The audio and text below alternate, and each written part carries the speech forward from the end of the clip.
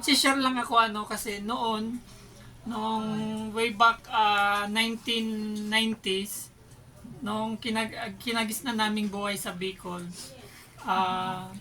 kami ang tinutulungan. So kamulatan ko nun sa mura kong edad, siguro mga grade 4 ako, grade 5. Ang lugar po kasi namin yung ng baha. So daanan lagi ng bagyo. Ang tatay ko po ay isang daragat.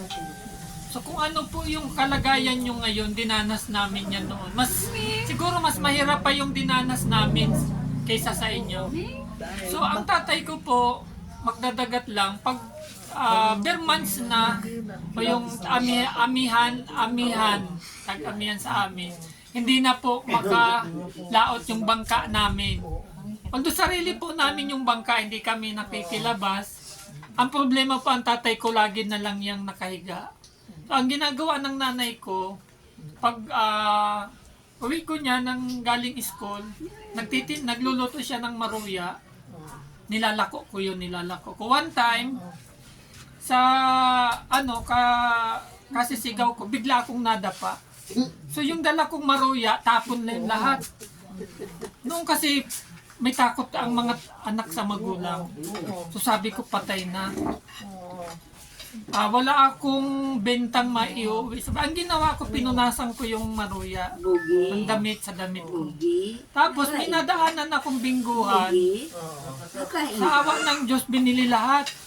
Di pagkaabot ng bayad, di kinuha ko na ang bilis ng takbo ko. Sabi ko, hindi na ako dito dadaan ulit. Tapos pag-araw po ng Sabado-Linggo, yung medyo malapit kami sa gawaan ng tinapa. So maghapon yun, nandun ako nagtatrabaho. Yung usok, yung init, ng katawan ko. Maano yun, kasi ang biyahe sa amin, madaling araw. Mga bandang alauna, alas 12, doon inaano yung biyahe papuntang Bicol, yung sa mga tiyanggi-tiyanggi na tinatawag. So pag uwi ko po niya ng bahay, may dala na akong ulam, kinabukasan, may pera pa. So, ganun po yung naging routine ko noon, pag Bermans at Tagbagyo sa amin. So, mahirap po talaga ang maging mahirap. Tapos, yun po ang pag wala kaming panggatong, namumulot po kami sa tabing dagat ng mga kahoy para meron kaming panggatong. Tapos ang hindi ko po noon malilimutan, pag wala kaming makain, kung may nakakakilala po ng oraro na po siya, root crops. Ginagawa siyang yung kinain natin kaninang maga, anong tawag doon? Maha. Ginagadgad siya, pwede siyang gawing maha. So marami po kaming tanim doon sa labas ng bahay namin. Yun po, may makain lang kami, yun ang pinakaalmusal na namin. Tapos pag may mga time po na yung mga taga-coastal, 4 minutes, yung mga taga-basod, dumadayo sa amin, stop. Nagtitinda ng kamote at kamuting kahoy. May mga luma kaming damit, yung pa naman, pwede pang suotin. Ipinagpapalit yung ng nanay ko ng kamuting kahoy. Pag yun na nga, yun ang namin, almusal. Minsan, baon pa namin yun sa school. Mapapalad ang mga bata ngayon kasi noon, 10 centavos, 25 centavos, malaking bagay na, malaking tinapay na ang mabibili mo. So, nilalakad lang namin ang bahay namin sa school. Tapos school to bahay, ganun lang. So, ang hindi ko po makalimutan noon sa probinsya, yung napakalakas ng bagyo. Hindi ko na matandaan kung anong taon. Yung giba po talaga yung bahay namin. So napilitan po akong lumuwas ng Cavite at magtrabaho sa factory. So doon na po nagumpisa yung ng buhay ko, yung pangarap ba na matupad. So, pinangarap ko lang po na maging isang charity vlogger. Hindi ko po akalain na magkakaroon po ito ng katuparan dahil sa inyo. Kaya kaya po magano na lang kalapit ang loob ko sa inyo dahil kung ano po yung pinagdadaanan nyo ngayon, dinaanan po namin yan.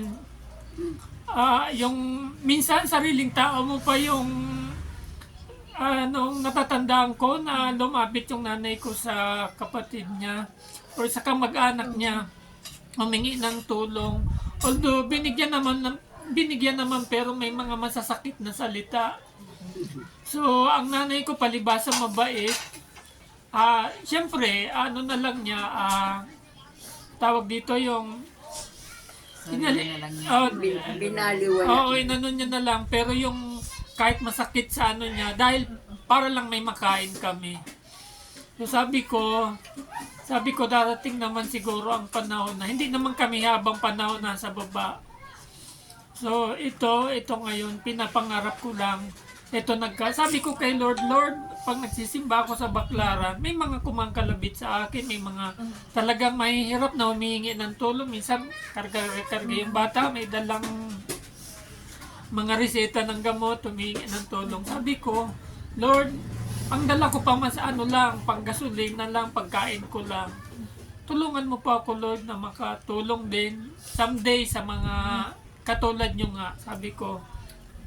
Tapos, yun na nga, biglang tumawag sa amin si Ma'am Liway. Hindi pala sa akin, sa asawa ko. Sabi niya, pwede ba kayong maging namin, tagahatid ng biyaya sa mga kababayan nating mahirap. Nag-isip ako, sabi ko, siguro ito na yung sagot sa ko. Pero paano ako makakatulong? Minimum lang naman ang sinasahod ko sa nakita. May pamilya din akong binubuhay. So ayan, sabi naman ng mga kagrupo namin, huwag nyo nang alalahanin. Kung magkano lang ang kaya nyong ibigay sa loob ng isang buwan, nasa sa inyo yan. Basta kami dito magtutulong-tulong para sa pangangailangan ng mga kababayan nating mahihirap dyan. So, nabuhayan ako ng loob. Sabi ko, salamat po sa pagtitiwala. Hindi ko po yan sisirain. Ayan, ito pong mga nasa mga ito. Sila, hindi po ako ang dapat ninyong pasalamatan. Sila, ang aming founder na si Ma'am Liway Sanchez, si Sir Johnny Lakay. Ang ang nag-sponsor ng bigas pala, si Ate Lovely Anggong. One sack of rice at si Ate Perla Naba Openya. AKA ang YouTube channel niya po ay Ilocanang Kunyang at si Ate Lovely Anggong USA. Ayan. Nakarating na po tayo sa iba't ibang lugar. Kung hindi nyo lang po alam, nakakarating. Napapanood po tayo sa iba't ibang lugar at pinagmamalaki ko po kayo.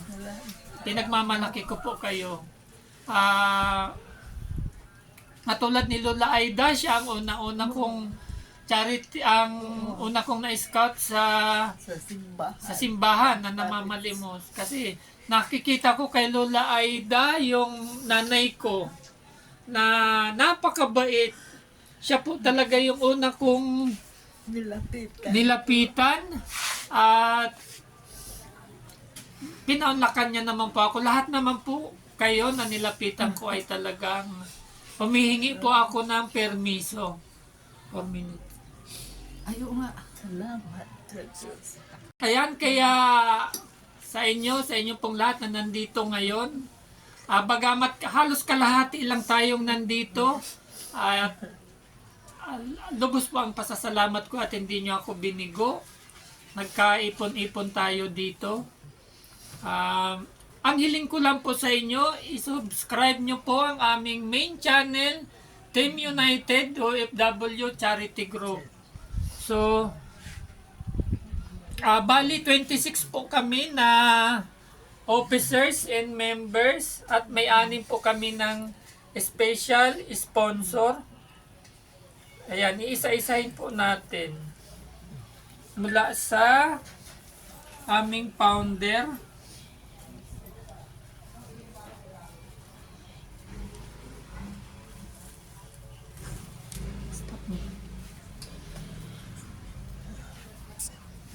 Aming founder, si Ma'am Liwayway Sanchez, Mix TV, ayan. At ang aming coordinator na Sir Johnny Lakay Vlog.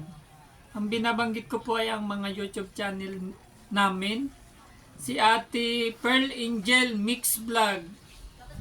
Ang inyo pong lingkod, Kuya Jer Arboso 2.7. Palakpakan naman dyan.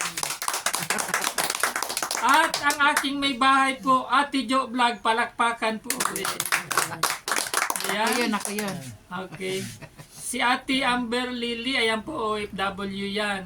Lily TV 0406. At si Ate Dix TV pang-7. Ate Selby pang-8. Pang-9, Bilma Landicho Vlog. Pang-10 OFW Mangyan Vlogger. Pang-11 Master Worm.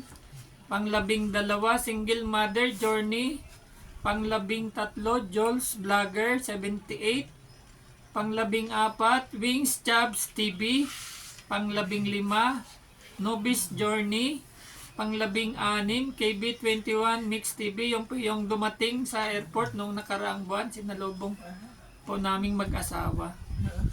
At si Ate Simple Vlog. Pang-18 Ana Tarama 07. Pang-19 Mapi Variety Vlog. Pang-20 Lilosel Mix Vlog. Pang-21 Esther Palapal Mendoza Lotong Canadian. Ayan. Pang-22 ayan, si Ate Osam Ruby. Palakpakan po sa ating taga-Canada po ito, si Ate Osam Ruby, ang bago naming member. Pang-23 Mary Ann Kahinta Vlog. Pang-24 Chichay Mix Vlog. Pang-25 OFW Machine Operator. Pang-21 Michelle Logo Ponce. Ayan, ito po ang ating mga special sponsor. Talakpakan po natin Ate Alicia Bataria. Pangalawa, palakpakan po natin Mistisang Pinay 01. Nasa US po ito si Ate Mistisang Pinay. Pang-3 Carlos Candilas. Ito po ang nagbigay ng ating isang sakong bigas. Palakpakan po natin Lovely Anggong. Pang-5 Leonas Vlog. At ang nagbigay po ulit ng kalahating sakong bigas si Ate Sweetie Pearl. Sweetie Pearl po, pero ang ano niya is lotong ano ba to? Si Ate Perla Naba Openya. Ano ba yung bagong channel niya? Ilocanang Konyang. Ayan po ang YouTube channel ni Ate Sweetie Pearl. Na ginagamit ngayon is Ilocanang Konyang. Ayan. So, tayo po ay magpasalamat sa Panginoon sa araw na ito. Lord God, maraming salamat po sa gabing ito at nakilala po namin ang bawat isa. At salamat po Panginoon dahil ang Team United OFW Charity Group ay patuloy na tumutulong sa bawat isa sa amin na mga charity United of Warrior Charity Group. Pag-ibig ang dalangin sa bawat kamay na nag-aabot. May pag-asang darating. United of Warrior Charity Group. Liwanag sa dilim, unting tulong dakilang gawa. Pagmamahal ang siyang hiling ng lahat. Bawat ngiti ng tinutulungan. Kaligayahan ang kapalit naman. Di hadlang ang layo't distansya. Pagmamahal ay walang hangganan. Walang maliit, walang malaki. Sa pusong bukas magbigay silbi. Pagmamahalan at siyang daan nagpupulot sa ating bayan. United above, New Youth Shabby Group. Pag-ibig ang dalangin sa bawat kamay na nag-aabot. May pag-asang darating. United above, Youth Shabby Group. Liwanag sa dilim, munting tulong dakilang gawa. Pagmamahalan siyang himig ng lahat.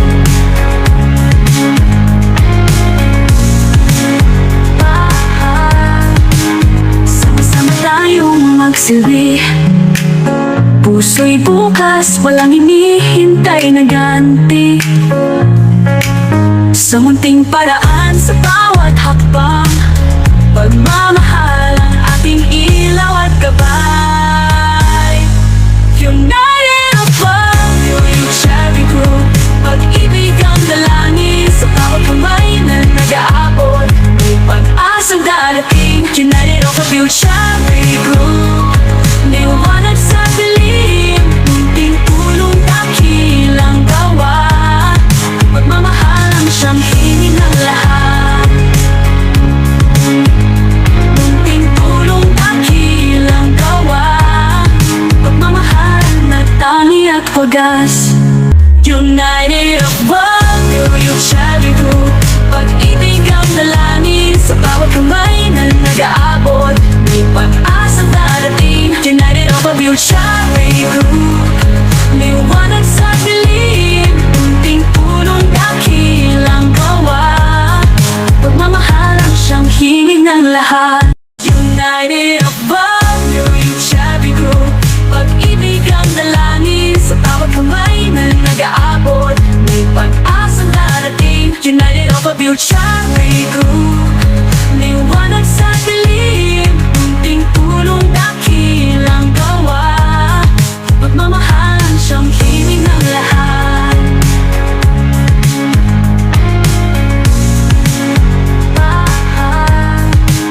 Sama-sama tayong magsilbi.